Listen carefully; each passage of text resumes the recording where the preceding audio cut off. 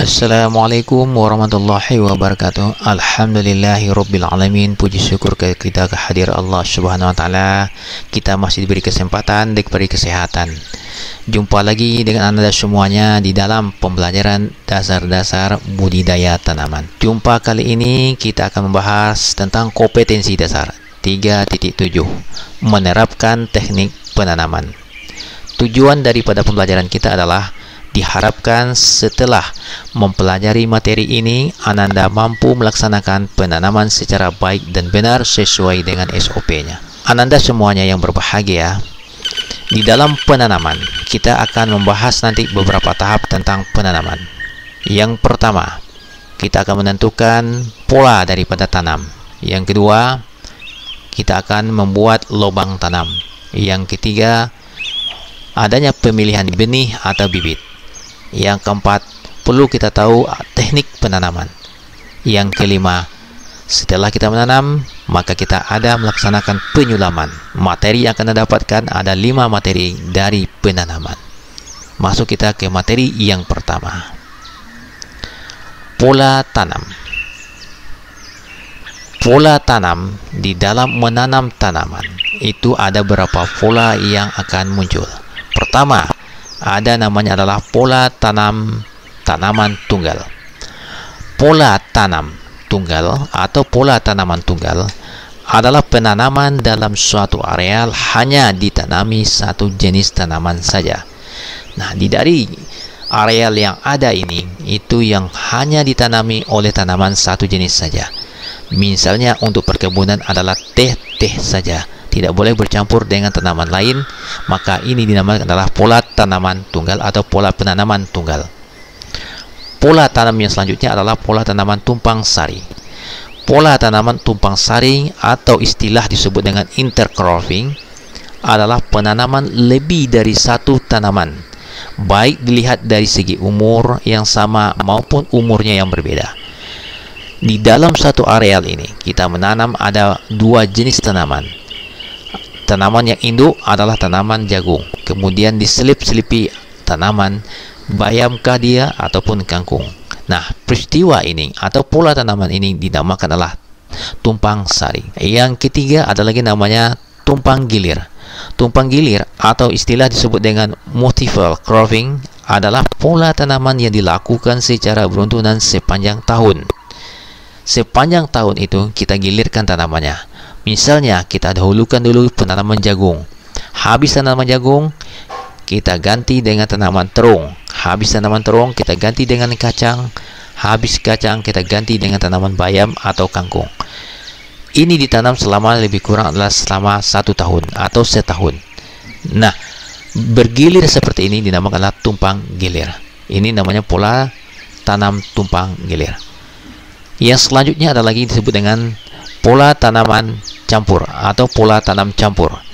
Di dalam satu areal ini kita akan menanam berbagai jenis tanaman. Misalnya ada di situ kelengkeng, kemudian ada lagi sereh wangi, kemudian ada lagi rambutan, belum lagi tanaman-tanaman yang lainnya. Nah, dicampurkan dengan berbagai jenis tanaman yang ada di sini, baik tanaman buah, tanaman hias ataupun tanaman perkebunan. Pola tanam selanjutnya ada lagi bermacam-macam hal yang perlu kita pelajari, tetapi di sini cukup hanya 4 saja yang perlu kita ketahui. Yang kedua, sebelum kita menanam tanaman, kita harus terlebih dahulu membuat lubang tanam. Di dalam membuat lubang tanam, kita harus membedakan kedalamannya. Pada umumnya untuk tanaman semusim, dalamnya antara 5 sampai dengan 8 cm. Tetapi untuk tanaman tahunan itu dalamnya sekitar 30 sampai dengan 50 cm. Di dalam membuat lubang tanam, yang perlu kita perhatikan adalah tempat lubang tanam. Kita harus perhatikan jarak antara lubang satu dengan lubang yang lainnya. Kita ukur jarak tanamnya. Kemudian kita gunakan ajir sebagai penanda untuk tempat lubang tanam. Kemudian dalam pembuatan lubang tanam yang harus diperhatikan lagi adalah ukuran panjangnya berapa, lebarnya berapa, dan kedalamannya berapa. Untuk lebih paham, mari kita saksikan video berikut ini. Jarak ke arah sebelah utara dengan Jarak ke sebelah barat dari pengukuran menggunakan theodolit dapatlah kita menghitung kemiringan lahan tersebut.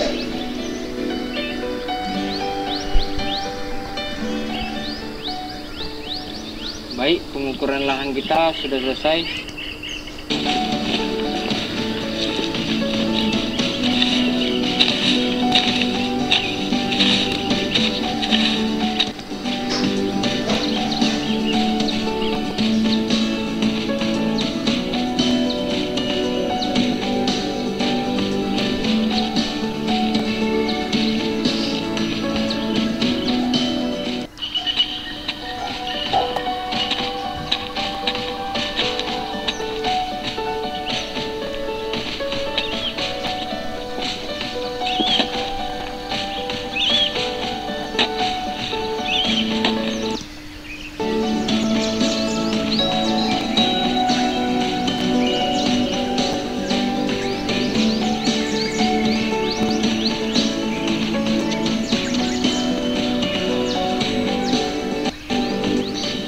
Sementara lapisan subsoil yang ketebalannya antara 50 cm sampai 60 cm merupakan lapisan bawah dari topsoil selalu diletakkan di sebelah kiri lubang tanam.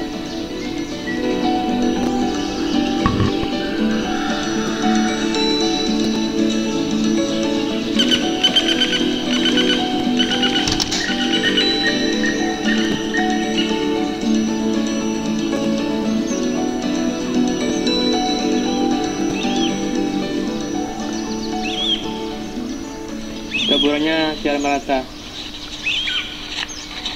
Yang ketiga, kita dapat menyiapkan benih atau bibit. Di dalam penyiapan benih dan bibit, benih dipilih berdasarkan kriteria secara genetik, psikologi, dan fisik. Secara genetik, kita melihat daripada jenisnya dan varietasnya. Secara fisik, kita melihat daripada kebersihan, ukuran, dan kesegarannya.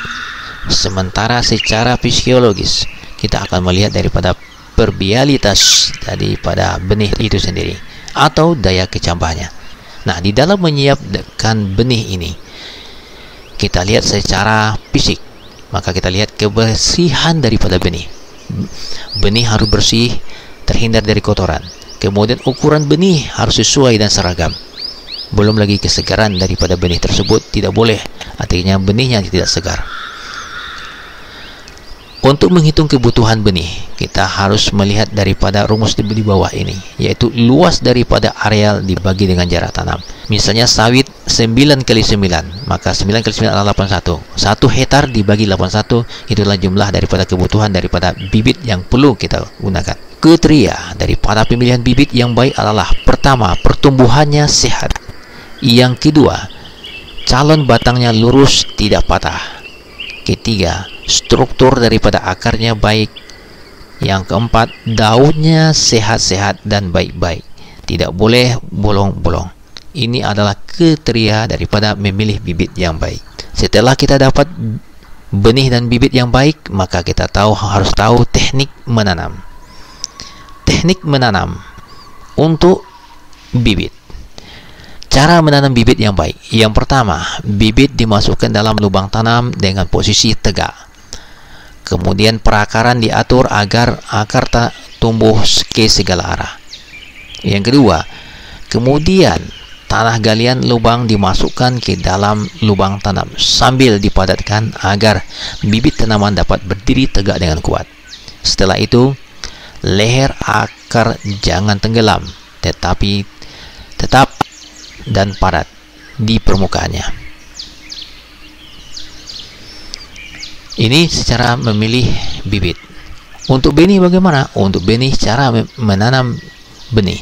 Cara menanam benih yang baik adalah penanaman dilakukan bersamaan dengan pembuatan lubang tanam, yaitu lubang tanamnya dibuat dengan tugal yang biasanya terbuat dari kayu. Boleh menggunakan diameter 5 cm atau lebih daripada itu. Dan panjangnya diperkirakan sekitar 150 cm, dan salah satu daripada ujungnya diruncingkan agar mudah menancap ke dalam tanah. Inilah cara menanam bibit dan benih yang baik. Yang kelima, setelah kita menanam benih atau bibit, maka kita melakukan penyelaman. Kegiatan penambahan kembali pada bibit atau benih yang tidak tumbuh pada waktu penanaman di areal penanaman pertamanya, maka ini adalah disebut dengan penyulaman. Waktu penyulaman yang tepat dilakukan adalah sekitar 8 sampai dengan 10 hari setelah kita lakukan penanaman. Nah, contoh adalah penyulaman. Berikut ini adalah contoh daripada penyulaman. Setelah tanaman itu kita tanam, maka kita lihat kembali apakah ada di antara tanaman itu yang mati. Kalau ada tanaman itu yang mati, maka kita lakukan penyelaman. Nah, ini adalah contoh daripada penyelaman yang dilakukan di dalam penanaman. Demikianlah yang dapat kami sampaikan. Semoga materi ini bisa arti katanya dipelajari dengan baik. Terima kasih. Wabillahi taufiq. Assalamualaikum warahmatullahi wabarakatuh.